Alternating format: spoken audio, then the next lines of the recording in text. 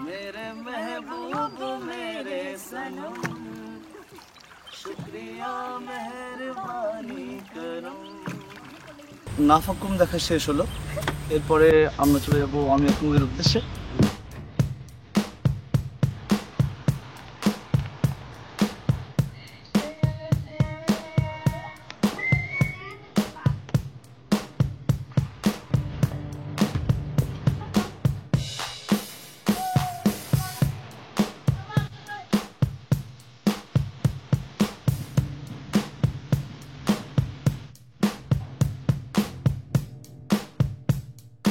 বেশ কিছুক্ষণ হাঁটার পর আমরা চলে এসেছি একদম নির্জন শান্ত একটা জায়গায়, যেখানে পাহাড়ের কোলে বয়ে চলেছে ছোট্ট একটা ঝর্ণা। ঝর্ণার ঠান্ডা পানির শব্দ আর পরিবেশটা একেবারে মন ছুঁয়ে যায়। এখানে আমরা একটু বিশ্রাম নিচ্ছি, সঙ্গে পানির পাত্রগুলো ভরে নিচ্ছি সামনে পথ চলার জন্য। ক্লান্ত শরীরে এক চুমুক ঠান্ডা পানি যেন নতুন করে প্রাণ ফিরিয়ে দেয়। এগিয়ে যেতে হলে এমন মুহূর্তগুলো ভীষণ দরকার।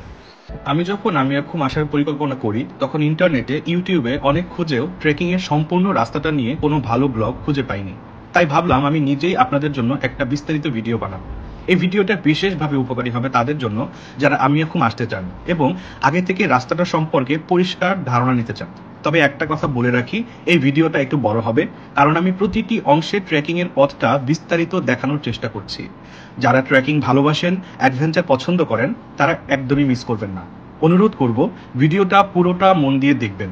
বিশ্বাস করুন, অনেক অজানা জায়গা আর দুর্দান্ত মুহূর্ত আপনাদের জন্য অপেক্ষা করছে এই ভিডিওতে।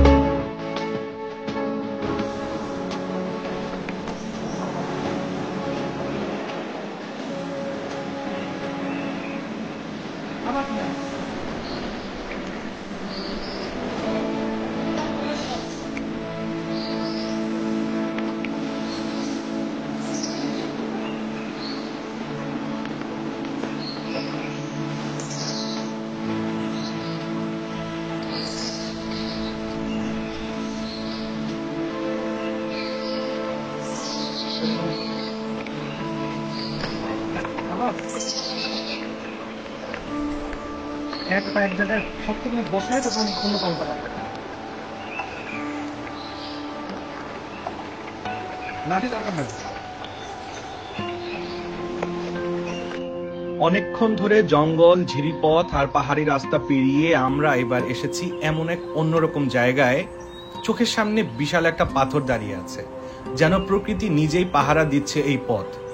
পাথরের চারপাশে গাছের শিকড় আর চারপাশ দিয়ে ছোট ছোট পাথর জায়গাটাকে আরো রহস্যময় করে তুলেছে। এই জায়গাটায় দাঁড়িয়ে চারপাশে তাকালেই বোঝা যায় আমরা কতটা গভীরে চলে এসেছি। শব্দ বলতে কেবল পাখির ডাক, ঝিরি নদীর পানির মৃদু গর্জন আর আমাদের ক্লান্ত নিঃশ্বাস। এই রাস্তাটা আসলে আমরা দুইভাবে পার হতে পারি। প্রথম উপায় পাথরের উপর দিয়ে পার হওয়া, যেটা আমার কাছে অনেকটাই রিস্কি মনে হচ্ছে। আর 2 নম্বর উপায় পাথরের পাশ দিয়ে ঝিরি নদীর হালকা পানির মধ্য দিয়ে হেঁটে যাওয়া। হালকা পানি বলতে হালকা পানিও না, সেটা হাঁটু পর্যন্ত পানি। 2 দিক দেখে শুনে শেষমেশ আমরা সিদ্ধান্ত নিলাম পানির পথটাই আমরা বেছে নেব। যদিও পানির ভিতর দিয়ে হাঁটতে হলেও সাবধানে থাকতে হবে, তবুও এতে ঝুঁকি কিছুটা কম। ধীরে ধীরে সাবধানে পা ফেলে আমরা সামনে এগিয়ে যাচ্ছি। এক পাশে পাথরের গা ঘেঁষে ঠান্ডা পানি বয়ে চলেছে, অন্য পাশে গাছপালা আর পাহাড়। অভিজ্ঞতাটা একেবারেই অন্যরকম। ঠিক এই কারণেই আমি যখন আমিয়াখুম আসার প্ল্যান করি, তখন ইউটিউবে অনেক ঘাটাঘাটি করেও এই ধরনের কোনো ট্রাভেল ব্লগ আমি খুঁজে পাইনি।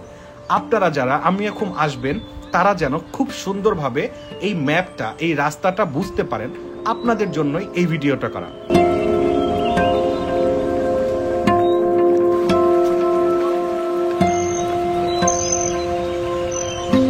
এক পাশে ঘন সবুজ পাহাড়, আরেক পাশে বয়ে চলেছে ছোট্ট নদী। এই দুইয়ের মাঝখান দিয়েই আমরা হেঁটে চলেছি অজানার পথে। পাথুরে রাস্তায় পা ফেললেই মাঝে মাঝে পিছলেও যাচ্ছে, কিন্তু সামনের দৃশ্য দেখার লোভে পা থামাতে ইচ্ছে করছে না। প্রথম দিকেই গাছপালা একটু কম থাকলেও যত সামনে এগোচ্ছি ততই জঙ্গলের ঘনত্ব বাড়ছে। চারিদিক থেকে পাখির ডাক, পোকামাকড়ের আওয়াজ আর নদীর জলের শব্দ মিলেমিশে এক অদ্ভুত জঙ্গলের সিম্ফনি তৈরি করছে। হেঁটে চলার মাঝেই বারবার পার হতে হচ্ছে ছোট ছোট ঝিরি নদী।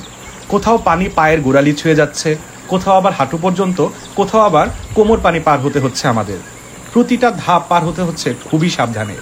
পাথরের উপর কাদা জমে আছে, পিছলে পড়ে যাওয়ার ভয় তো থাকছেই, সাথে থাকছে জোকের ভয়। পথে এক একটা ছোট ঝর্ণায় আমরা কিছুক্ষণ করে বিশ্রাম নিয়ে নিচ্ছি, আবার কিছুটা পানীয় সংগ্রহ করে নিচ্ছি সামনে পথ চলার জন্য। ক্লান্ত শরীর, কিন্তু মনটা যেন নতুন কিছু দেখার উত্তেজনায় ভরে উঠছে। সময় গড়িয়ে যাচ্ছে, কিন্তু পিছনে ফিরে তাকানোর সময় আমাদের নেই, কারণ সামনে আরো অনেক পথ, আরো অনেক রোমাঞ্চ অপেক্ষা করছে আমাদের জন্য। এই 4 থেকে 5 ঘন্টা হাঁটা আমাদের নিয়ে যাবে এক অজানা সুন্দর গ্রাম জিন্নাপাড়াতে। সেখানে আজকে রাতটা আমরা কাটাবো। এটা শুধু একটা ট্রেকিং না, এটা যেন এক জীবনের অভিজ্ঞতা। প্রকৃতির কোলে, পাহাড় নদীর মাঝে এক অন্যরকম শান্তি, এক অন্যরকম অ্যাডভেঞ্চার।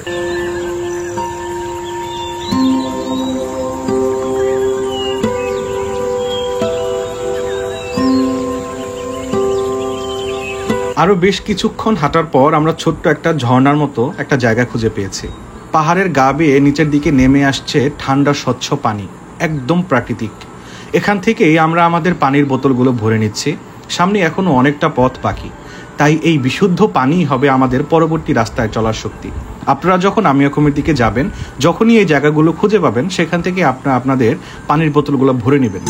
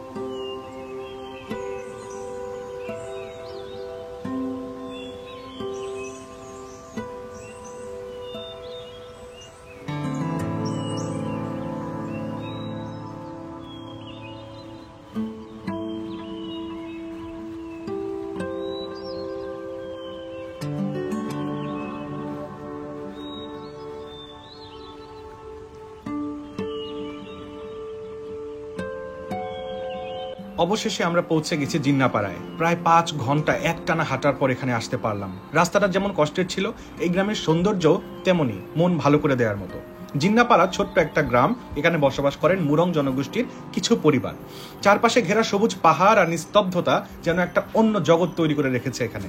মোবাইল নেটওয়ার্ক নেই, যার কারণে জায়গাটা পুরোপুরি একটা শান্তির ঠিকানা। গ্রামের মানুষজন ভীষণ অতিথিপরায়ণ, শুধু ঝিঝি পোকার ডাক, দূরে কোথাও হালকা ঝর্ণার আওয়াজ আর ঠান্ডা হাওয়া। মনে হবে যেন প্রকৃতির কোলেই শুয়ে আছি। এখানে বসে আকাশের দিকে তাকালে শহরের মতো কোনো কৃত্রিম আলো নেই, শুধুই তারাভরা আকাশ আর গভীর এক নিস্তব্ধতা যেন মন ছুঁয়ে যায়। আজ রাতটা আমরা এখানেই থাকবো। প্রতিজনের খাবার খরচ পড়বে 150 টাকা করে। রাতে থাকার জন্য প্রতিজনের জন্য খরচ লাগবে 200 টাকা করে। আজকে এ পর্যন্তই। অনেক টায়ার্ড, ঘুমের প্রয়োজন। দেখা হচ্ছে আগামীকাল সকালে। ঘুম থেকে যেন উঠতে ইচ্ছা করছিল না। চারপাশে কুয়াশা আর হালকা ঠান্ডা। ঘুম ভাঙতেই শরীর যেন নড়ছেই না, পায়ে ব্যথা, চোখে ঘুম, কিন্তু মনটা টানছে আমিও ঘুম দেখতে হবে। খিচুড়ি আর ডিম ভাজি দিয়ে সকালটা শুরু করলাম। জনপ্রতি লেগেছে 120 টাকা করে। তারপরেই শুরু হলো দিনের সব থেকে বড় চ্যালেঞ্জিং যাত্রা, গন্তব্য আমিয়াখুম। আর তার মাঝখানে দাঁড়িয়ে আছে বিশাল দেবতা পাহাড়। পথটা অনেকটাই কঠিন। পিচ্ছিল পাথর, পিচ্ছিল মাটি, এক পাশে খাড়া পাহাড়, অন্য পাশে গভীর খাদ আর নদী। কিন্তু কিচ্ছু করার নেই, আমিয়াখুম আমাদের দেখতে হবে, ভেলাখুম দেখতে হবে। সো আমাদের সাথেই থাকুন, দেখতে থাকুন।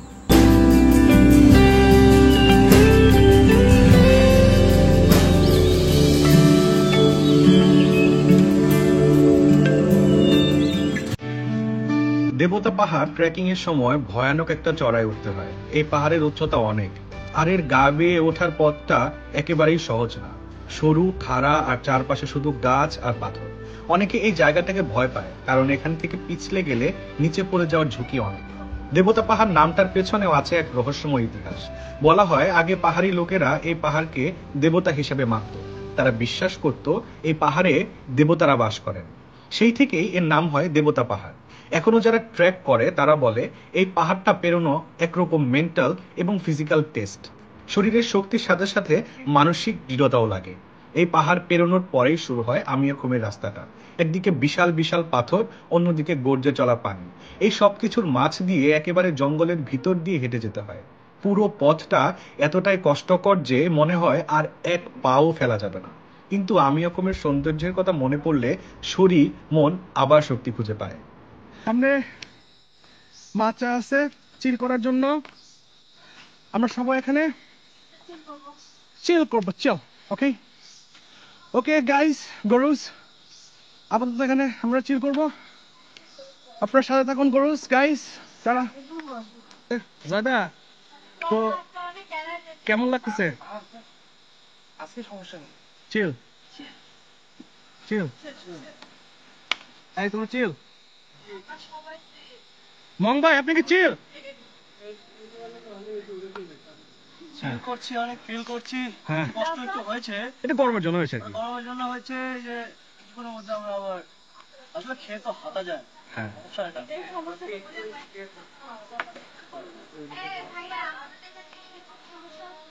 নাও আমরা একটা কাঁঠাল বাগানের মধ্যে আছি। এখানে দেখতে পাচ্ছেন অনেক কাঁঠাল গাছ এবং আশা করছি যে এখানে অনেক ভালো কাঁঠাল হয়, যদিও আমাদের বড়তে কাঁঠালটা নেই, কিন্তু এখানে কিন্তু কাঁঠাল তবে আমরা এখানে বাতাস খাচ্ছি আর কি। আচ্ছা, এই যে আপনাদেরকে দেখাচ্ছি, এখানে হচ্ছে কোনো গাছের পাতা নেই, কিন্তু এগুলো কাঁঠাল গাছ, আমরা জানি। ঘুরে নেই। এরপরে হচ্ছে এই যে এদিকে অনেক কালারফুল, আকাশের দিকে যাই, লীল, একদম লীল লীল।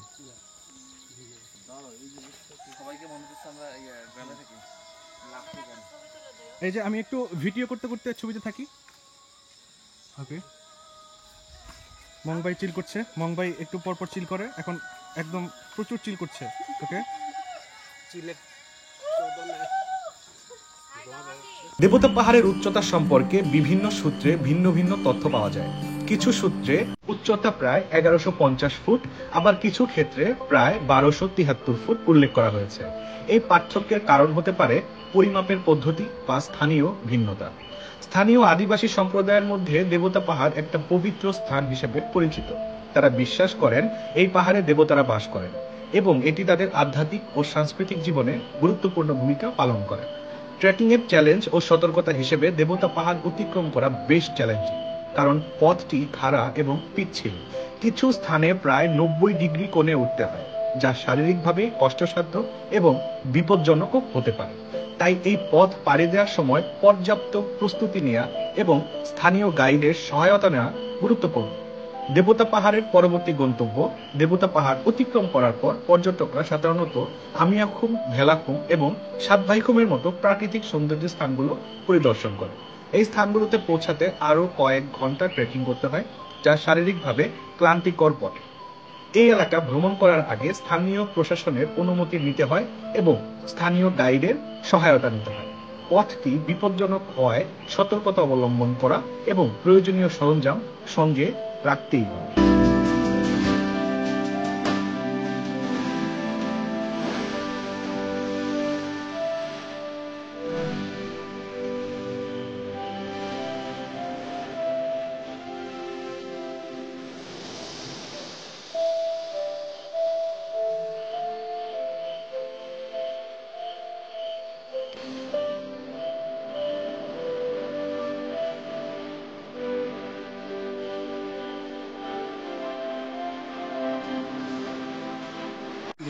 দেখতে পাচ্ছেন যেখানে বাঁশের উপর ফোন রেখে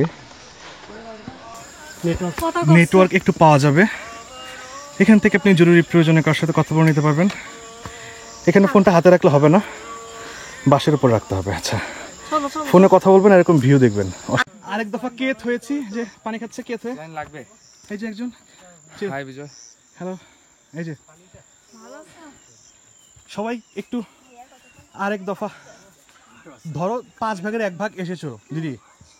5 ভাগের 1 ভাগও না রং ভাই, 1 ঘন্টা হাঁটি রে।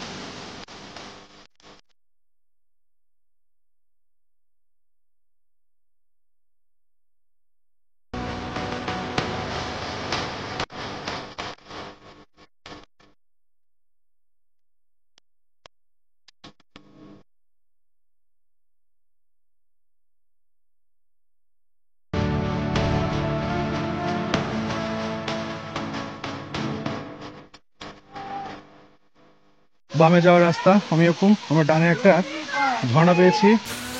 খুঁজতে খুঁজতে এরকম অনেক ঝর্ণায় পাওয়া যাবে প্রতিমধ্যে। এই যে সবাই এই ঝর্ণার পানিতে চিল করছে।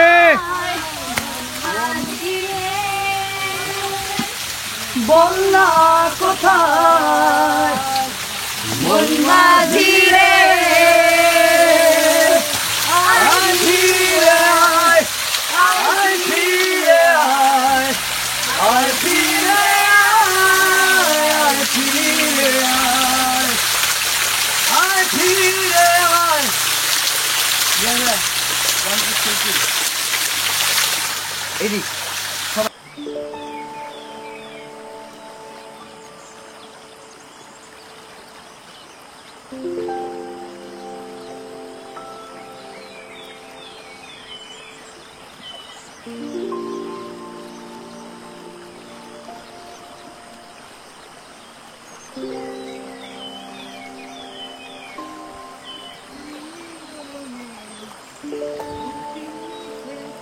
ভূতি থেকে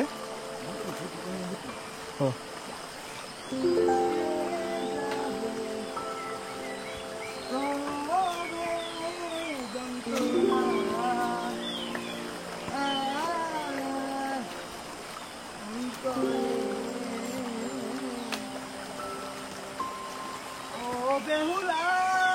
শাবাশ। আমি মরলে আমায় নিয়ে কুমার খালি চলে যাবে। আমরা এখন হাঁটতে হাঁটতে এক জায়গায় জানি না এক জায়গায় কি পারবো না।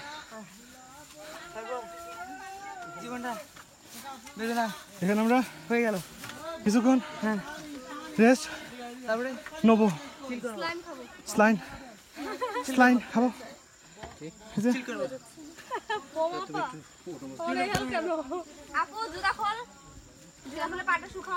ওদিকে সবাই চিল করছে, আরেকটা টুরিস্ট গ্রুপ আছে আমাদের সাথে। এখানে আমাদের গ্রুপ সবাই চিলিং। এতক্ষণ আমরা শুধু উপরের দিকেই উঠছিলাম, একটার পর একটা খাড়া পাহাড় পেরিয়ে অবশেষে এখন নামার পালা। এই পথটা এটা শুধু একটা পাহাড়ি রাস্তা না, এটা আমাদের ধৈর্য আর মানসিক শক্তির চরম পরীক্ষা। প্রায় 40 মিনিট লেগে যাবে নিচে নামতে, কিন্তু নামার পথ এতটাই খাড়া, এতটাই ভয়ঙ্কর, নিচে তাকালেই বুক কেঁপে যায়। একটুও ভুল হলে সোজা নিচে গিয়ে পড়ে যাওয়ার ভয়।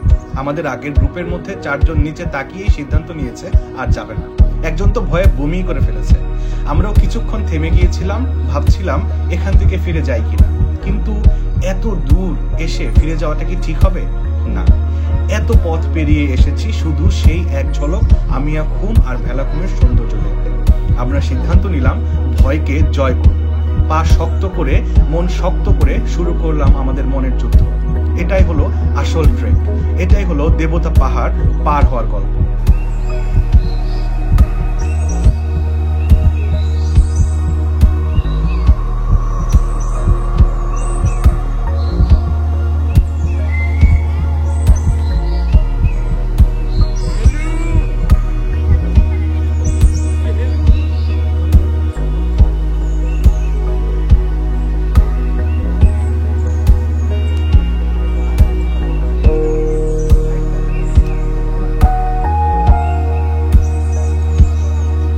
নিচে নামতে নামতে হঠাৎ করেই ঝর্ণার শব্দ কানে এলো। দূরে তাকিয়ে দেখি পাহাড়ের ফাঁকে কিছু একটা চিকচিক করছে। হ্যাঁ, ওটাই আমিয়া খুম। দূর থেকে দেখা গেলেও ওখানে পৌঁছাতে এখনো অনেকটা পথ বাকি।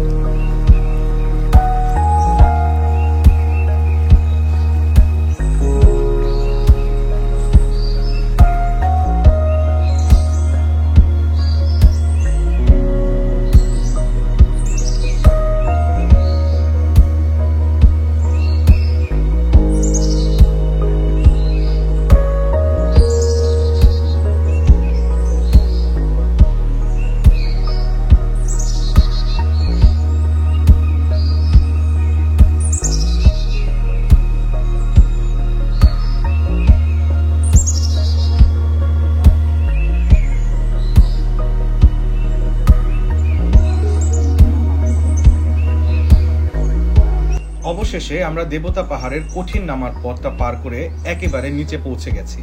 পাহাড় বেয়ে নামার সময় এক একটা মুহূর্ত যেন এক একটা মেন্টাল টেস্ট ছিল। চোখের সামনে ছিল খাড়া ঢালু, নিচে তাকালেই গা শিউরে উঠছিল। তবু একে একে সব সাহস করে নেমে এলাম। এখন ভাবলেই গায়ে কাটা দেয়।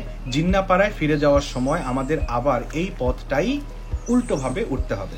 কিন্তু আপাতত সেই চিন্তা মাথা থেকে ঝেড়ে ফেলে আমরা এগিয়ে চলেছি পরের গন্তব্যের দিকে। আমরা আগে ঘুরে দেখব ভেলাখুম। যদিও এই সময়ে এখানে কোনো ভেলা নেই, আমাদের গাইড আগেই আমাদের জন্য ছোট একটা নৌকা ঠিক করে রেখেছিল। ভেলাখুম ঘুরে দেখা শেষ হলে আমরা যাব এই ট্রিপের সবচেয়ে চমকপ্রদ এবং মোহনীয় জায়গা আমিয়া খুম ঝর্ণার দিকে। একটা প্রকৃতির অমূল্য রত্ন, যেখানে এসে পথের ক্লান্তি যেন নিমেষেই ভুলে যাওয়া যায়। সামনে আরো অনেক কিছু অপেক্ষা করছে আমাদের জন্য, তাই চোখ রাখুন ভিডিওর পরবর্তী অংশে। ভেলাখুম বান্দরবনের এক অত্যন্ত মনোমুগ্ধকর ও রহস্যময় জায়গা। এটি মূলত একটি সরু জলাধার বা খুম, যা ঘন জঙ্গলের ভেতর দিয়ে প্রবাহিত হয়েছে। এক পাশে বড় বড় পাথর, আর এক পাশে ঘন গাছগাছালি দিয়ে ঘেরা, মাঝখানে সরু জলপথ, যেটা দেখতে অনেকটা যেন পাহাড়ের বুকে আঁকা কোনো চিত্রকর্ম।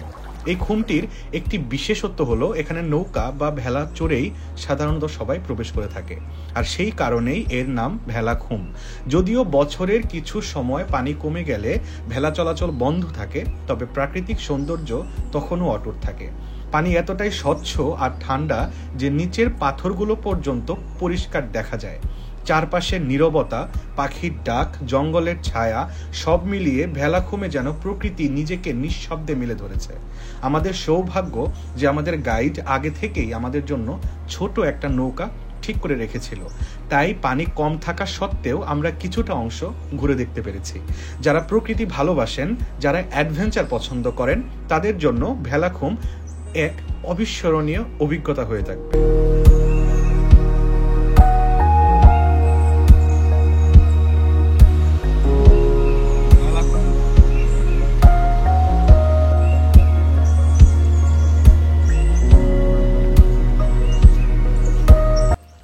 मेरे महबूब मेरे सनम, शुक्रिया मेहरबानी करम।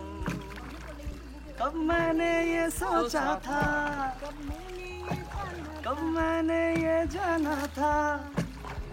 ला ला ला ला ला ला ला ला ला ला ला ला ला ला ला ला ला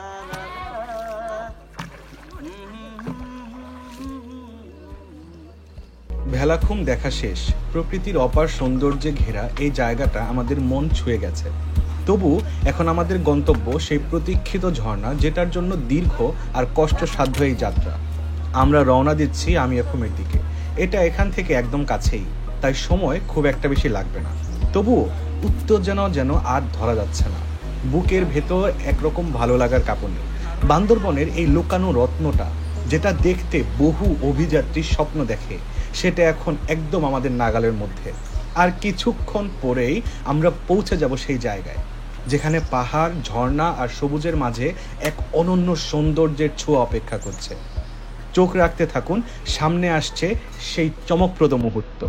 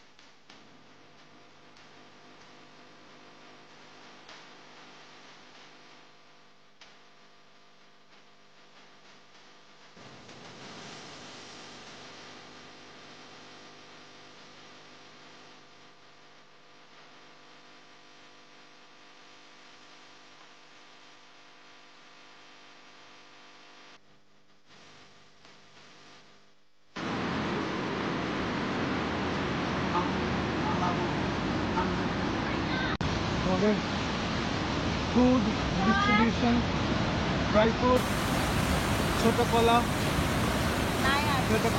খাও তুমি। রুটি খাচ্ছে অসহায়ের মতো, শুকনো রুটি, রুটি রুটি রুটি রুটি।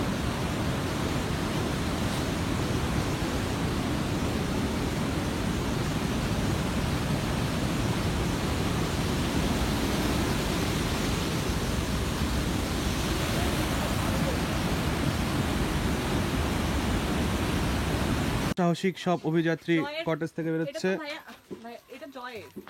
দুঃসাহসিক অভিযাত্রী, নামো নামো নামো, ভিডিও করছি, নামেন। বাহ, দুঃসাহসিক অভিযাত্রী নেমে যাচ্ছে এখান থেকে, সব দুঃসাহসিক অভিযাত্রী। শেষ হইয়াও হইল না শেষ। যদিও আমাদের ট্যুর এখানে শেষ, কিন্তু আসলেও শেষ না। আমাদেরকে আবার এই কঠিন রাস্তা ধরে 6-7 ঘন্টা হেঁটে আমাদেরকে ব্যাক করতে হবে এখান থেকে নাফাখুম। নাফাখুম থেকে আবার 3-4 ঘন্টা হেঁটে আমাদের রিমাক্রি, রিমাক্রি থেকে নৌকা করে আবার আমাদেরকে ব্যাক করতে হবে থানচিতে। সো আপনারা সবাই ভালো থাকবেন। আজকের ভিডিও আমি এখানে শেষ করে দিচ্ছি। আমার এই ভিডিও আপনাদের যদি একটুও ভালো লাগে, লাইক, কমেন্ট, শেয়ার এবং সাবস্ক্রাইব করতে ভুলবেন না। আর কি কি করলে আমি আমার ভিডিও আরও ইমপ্রুভ করতে পারবো, কোন কোন জায়গায় গিয়ে ভিডিও আপনাদের দেওয়া উচিত, প্লিজ কমেন্ট বক্সে লিখবেন। আপনাদের দেয়া সাজেশন অনুযায়ী আমি আস্তে আস্তে আগাতে থাকবো। দেখা হবে পরবর্তী কোনো ভিডিওতে। ততদিন সবাই ভালো থাকুন। আসসালামু আলাইকুম।